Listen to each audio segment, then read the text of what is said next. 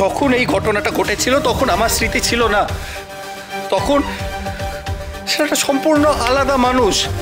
সে শুভর হাজবেন্ড নয়, সে পরিবারের ছেলে নয়, সে মেন্টালি টোটালি একজন আলাদা মানুষ, ফিজিক্যালি আমি। তাই আজ সে যা করেছে তার দায় আমায় নিতে হবে, আমি তার দায় নেব। কিন্তু শুভ, আমি তোমায় ঠকাইনি। আমি তোমায় ঠকাইনি। প্লিজ শুভ, তুমি আমায়, শুভ প্লিজ আমার ক্ষমা, শুভ প্লিজ, প্লিজ শুভ প্লিজ, শুভ ক্ষমা করে দাও।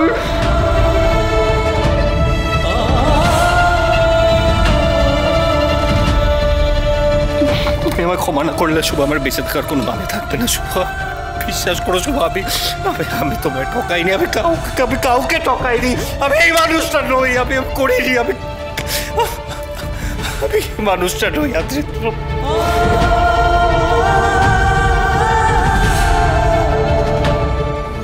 আকাশ, একটা ঝামেলা তৈরি হয়ে গেছে, সেটা বুঝতে পারছি। হ্যাঁ আকাশ, দেখো দেখো এইভাবে চেঁচামেচি না করে আমরা নিজেদের মধ্যে ব্যাপারটাকে সলভ করার চেষ্টা করি না। হ্যাঁ, এতেই সবার মঙ্গল। এক্স্যাক্টলি। দেখো আকাশ, আমরা মোহনার সিচুয়েশনটা বুঝতে পারছি, কিন্তু তুমিও তো আদির সিচুয়েশনটা বুঝতে পারো।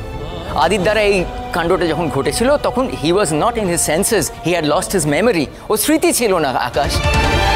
এখনো স্মৃতি ফিরে এসেছে, ওকে তো আর দোষ দেওয়া যায় না। আর ও অলরেডি বিবাহিত।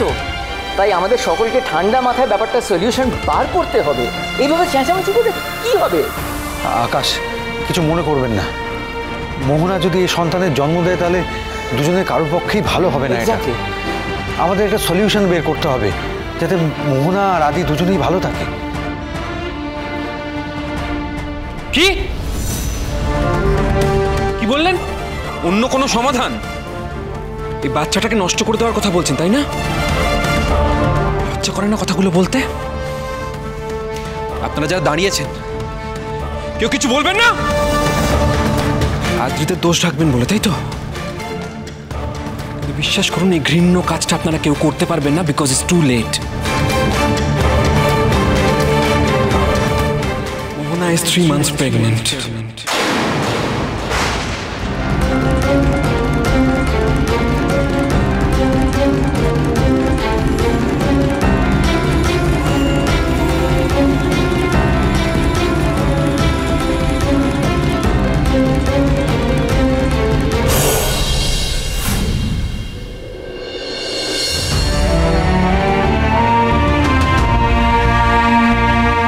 আমার বোনের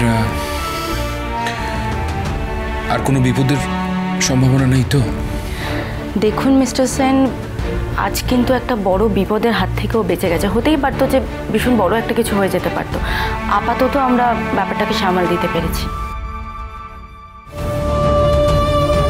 আমি এই জন্যে মোহনাকে বারবার বলেছিলাম, এই সন্তানকে পৃথিবীতে আনলে শুধু ওর যন্ত্রণাই বাড়বে। কিন্তু aunty, she is 3 months pregnant নাও।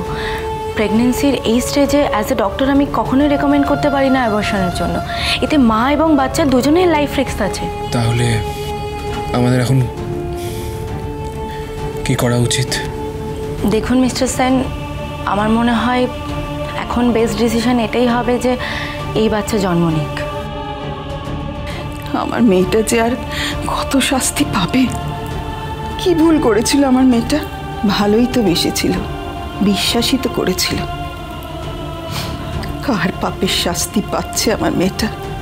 না বুঝে কত বকাঝকা করেছি ওকে।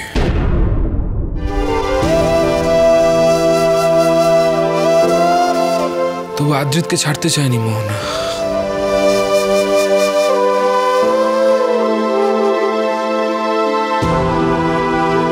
এবার বুঝতে পারছি কেন। আমি না বুঝে আমার প্রেগনেন্ট বোনের গায়ে হাত তুলেছি। রাগ করিস না আকাশ, রাগ করিস না। না মা, এবার রাগ করতে হবে। এবার রাগ দেখানোর সময় এসেছে। যার জন্য বোনের আজ এই অবস্থা, যার জন্য আমার বোন মৃত্যুর সাথে পাঞ্জা লড়ছে,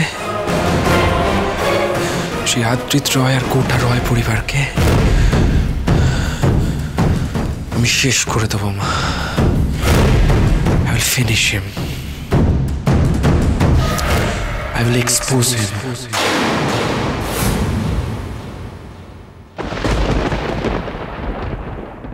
মোহনার গর্ভে যে সন্তান আছে তা আনওয়ান্টেড চাইল্ড। তাই জন্য আপনারা সকলে মিলে চান ওকে মেরে ফেলা হোক, তাই না? যাতে আপনাদের পরিবারের সম্মানহানি না হয়, এই আদৃত রায়ের সম্মানহানি না হয়, তাই তো? কিন্তু আমার বোনের সম্মান, এতদিন ধরে আমার বোনের যে সম্মানহানি হয়েছে, এতদিনের যন্ত্রণা, কষ্ট, একটা অন্ধকার ভবিষ্যৎ, তার কি হবে? উত্তর দিন। সামান্য একটু দুঃখ প্রকাশ করবেন, তাই তো? ব্যাস, অনুশোচনা দেখাবেন, মিটে যাবে সব, তাই না? আমার বোনের সম্মান এত ঠুনকো নয়।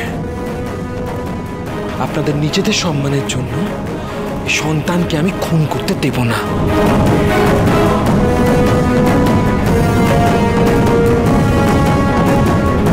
তোমরা সবাই এগুলো কি বলছো?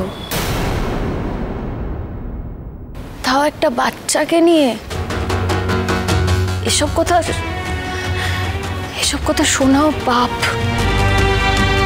এখন আর পাপ পুণ্যের হিসেব করতে আসিস না শুভ। যা পাপ হওয়ার হয়ে গেছে, এছাড়া আর কোনো উপায় নেই। কিন্তু আমি সব কিচ্ছু চাইনি আয়ান, বিশ্বাস করো, আমি এসব কিচ্ছু চাইনি। আমি তো বারবার বলেছিলাম আমি সবটা ম্যানেজ করে নেব, কিন্তু দাদা বারবার বলছিলে মানে? ও যে প্রেগনেন্ট এটা কবে থেকে জানো তুমি আদি?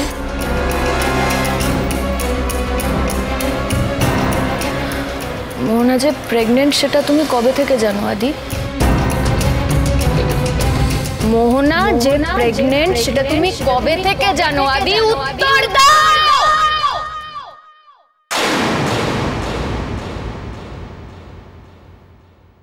দাদু ঠাম্মির অ্যানিভার্সারি 3 থেকে।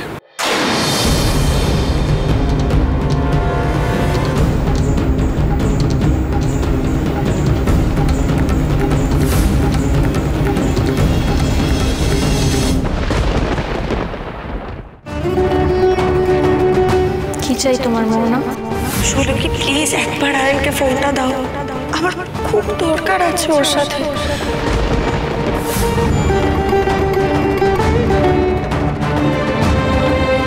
কি অবস্থা হয়েছে আদি তোমার চোখ মুখের?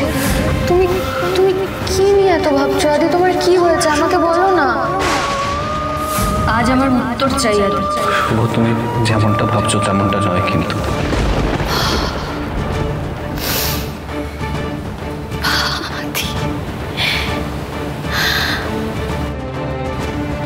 সেদিন থেকে আমার কাছ থেকে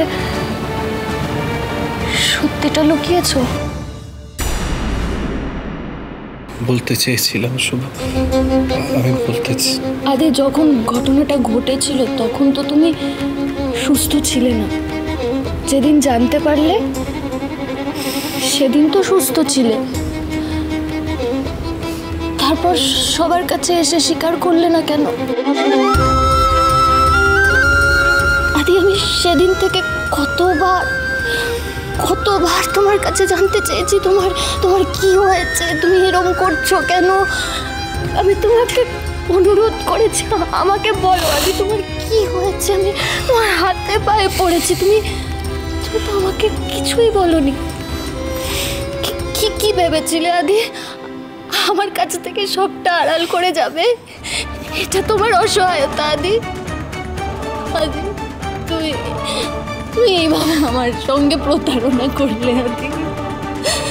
দিনের পর দিন এক ছাদের নিচে থেকে আমি তোমাকে বারবার জিজ্ঞেস করেছি আমায় বলো আমার কাছ থেকে সত্যিটা এইভাবে আড়াল করে গেছে আদি।